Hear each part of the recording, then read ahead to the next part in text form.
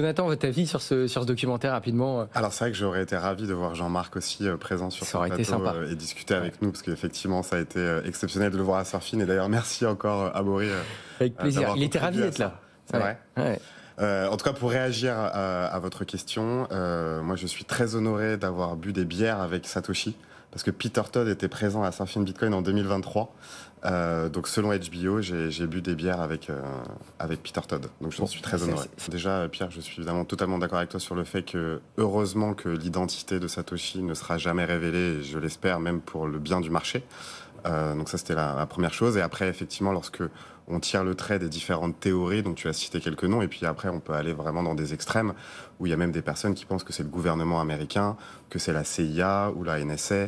Donc effectivement, là, on alimente tous les fantasmes possibles, imaginables sur ce sujet.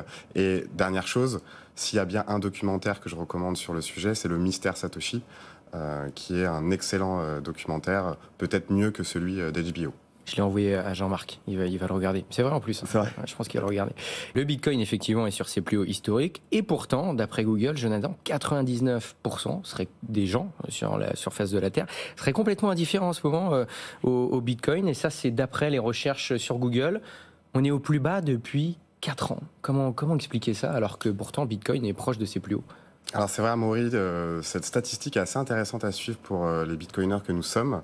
Et tout simplement, n'importe qui peut y accéder. Vous allez sur Google, vous tapez Google Trend et vous tapez Bitcoin. Et vous verrez qu'effectivement, depuis 4 ans... voilà, on voit cette trend à l'écran pour ceux qui nous suivent à la télévision. N'a jamais aussi peu été demandé sur Google.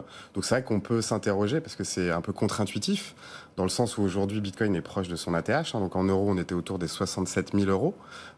Et effectivement, on peut se dire que... en fait, beaucoup plus de gens s'y intéressent et donc c'est la raison pour laquelle on est proche du plus haut. Et bien en fait, c'est exactement tout le contraire qui se passe et on peut expliquer ça par 2 raisons principales, je pense. C'est une saturation médiatique parce qu'effectivement, on en a beaucoup parlé au moment... Il faut qu'on arrête l'émission. Alors, c'est pas ce que je voulais dire à Maury, évidemment, heureusement que votre émission existe, mais c'est plus le fait que les médias traditionnels en ont parlé uniquement sous le prisme du prix. Et donc ça, c'est le premier point, où finalement, en fait, les gens ne s'intéressent pas aux fondamentaux et à l'utilité du Bitcoin et ont toujours ce prisme de l'évolution du prix. Et le deuxième, c'est évidemment la lassitude ou une forme d'ennui, parce que, comme vous le savez, parce que vous animez cette émission quasiment tous les jours, on est dans un range depuis fin février, début mars, où effectivement, il y a une forme d'ennui. Donc même les personnes qui sont de l'écosystème vous diront qu'ils attendent justement ce fameux bull run, et que finalement, c'est ces 2 raisons-là qui expliqueraient justement le désintérêt peut-être des gens sur Bitcoin. Jonathan, qu'est-ce qui pourrait tout simplement remettre un coup de projecteur sur le Bitcoin au-delà du prix? Alors, avant de répondre à votre question, moi, j'aimerais quand même revenir sur la question précédente. Et moi, ce qui est important, et franchement, j'espère, Pierre, qu'on va militer ensemble pour y arriver, c'est que les médias traditionnels parlent de l'utilité. Et surtout des pays dans lesquels on voit que Bitcoin prend une place de plus en plus importante. Donc en Inde, en fait, par exemple, c'est un pays dont on parle assez peu. Or, aujourd'hui, c'est le premier pays qui utilise Bitcoin au quotidien. Il faut savoir que plus de 50% de la population indienne a moins de 30 ans. Donc évidemment, c'est la nouvelle génération qui va, je pense, populariser de plus en plus Bitcoin. On a évidemment le Nigeria, où il y a eu toute la polémique avec la CBDC, le INAERA, où il y avait eu carrément presque une guerre civile. Et maintenant, le gouvernement nigérian, justement, est en train de réguler l'usage des cryptos, parce que la population, justement, a pris possession de Bitcoin comme moyen d'échange. Alors après, on va revenir sur le Salvador, mais bon, ça, on en parle déjà assez régulièrement, mais je trouve que c'est quand même toujours assez symbolique avec Nayib Bukele, qui est donc le président salvadorien, qui justement essaie de faire un maximum d'initiatives en faveur du Bitcoin. On parle des Bitcoin Bonds, notamment. On parle de la Bitcoin City. On parle du minage. Pierre en parlait tout à l'heure sur l'usage justement des énergies renouvelables et notamment l'énergie des volcans pour tout simplement pour financer cette ville. Bref, tout ça pour dire que Bitcoin, c'est surtout son utilité, non pas son prix. Alors maintenant, pour répondre à votre question, quels seraient les facteurs qui, d'ici la fin d'année, pourraient faire en sorte que Bitcoin revienne, du coup, fasse les gros titres? Et ben en fait, il n'y a pas de secret. c'est évidemment soit son prix, vous avez raison, ou soit en fait l'élection présidentielle américaine. Et ça, en fait, d'ailleurs, je crois que c'est aujourd'hui où Donald Trump a lancé son ICO. Donc c'est évidemment un shitcoin pour le coup. D'ailleurs, je crois que son ICO est un fail total. Il attendait 300 millions de collectes, et là je crois qu'on en est à seulement 11 millions. Et ça peut être, je pense, un catalyseur de regain d'attention, et surtout, si Trump passe, alors je ne veux pas prendre un parti en particulier entre Kamala Harris ou Donald Trump. En tout cas, ce qui est certain, c'est que si Donald Trump passe, les mesures pro-Bitcoin qu'il pourrait proposer pourraient amener Bitcoin à 100K d'ici quelques mois. Ça pourrait accélérer les choses. Ça devrait accélérer les choses. Donc effectivement, en tant que Bitcoiner, j'ai envie de dire, je vote Trump. Effectivement, là, il y a un petit conflit d'intérêt par rapport à notre activité respective, Pierre.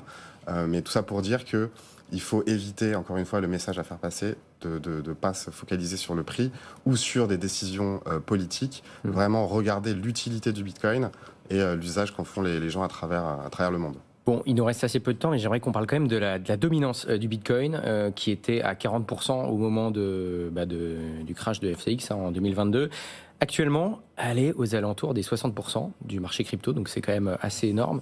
Et selon vous, Jonathan, elle pourrait non seulement se maintenir, mais potentiellement prendre encore plus de parts de marché, aller au-delà des 60%. Alors effectivement, ça c'est une conviction de Bitcoiner. Je pense que sur votre antenne, d'autres gens ne seront pas forcément d'accord avec ça.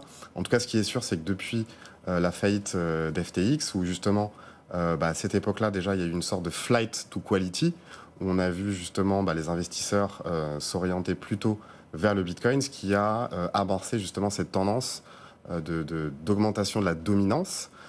Et j'ai envie de vous dire, entre justement les plus bas dont vous avez parlé à autour de 40%, et les 60%. En 2022 à peu près. Voilà. Et les 60% sur lesquels on est aujourd'hui, il y a eu énormément de création de shitcoins, de memecoins, notamment sur Solana. Donc malgré la quantité, les milliers de shitcoins qui sont créés tous les jours, la dominance de Bitcoin ne fait qu'augmenter. Donc c'est là où on voit que l'utilité, on en revient à ça, et justement le côté, la robustesse du Bitcoin fait que cette tendance va encore une fois s'améliorer. Après les autres éléments, je pense que c'est aussi la crise économique, parce qu'effectivement certains analystes prédisent que les États-Unis vont rentrer dans une phase de récession. Donc le Bitcoin revêt une qualité de valeur refuge, donc ça pourrait amener un certain nombre d'investisseurs à aller sur Bitcoin. Ensuite, il y a la régulation, où quelque part Bitcoin a déjà passé le plus dur. Ce qui n'est pas encore le cas des altcoins, où il y a encore énormément de boulot sur le régulateur, donc ce qui pourrait justement, encore une fois, être un frein à cette fameuse alt season que tout le monde attend. Mais effectivement, pour moi, cette alt season n'arrivera pas. La dominance devrait continuer à augmenter. Et je pense qu'on pourrait atteindre les 70, les 80% d'ici fin 2025. C'est mon pronostic. C'est vrai que lorsqu'on parle de diversification dans les cryptos, c'est quand même un peu une hérésie, sachant que Bitcoin, justement, se comporte comme un ETF crypto, quelque part. Donc si vous avez besoin de vous exposer à cette classe d'actifs, autant acheter du Bitcoin et ne pas vous exposer sur des shitcoins. Voilà, deux Bitcoin maximalistes autour de la table d'aujourd'hui. Merci beaucoup d'avoir été avec nous. Jonathan Erskovici, directeur général de Stake Inside. Pierre Noiza, fondateur et CEO de Paymium. À très bientôt, messieurs.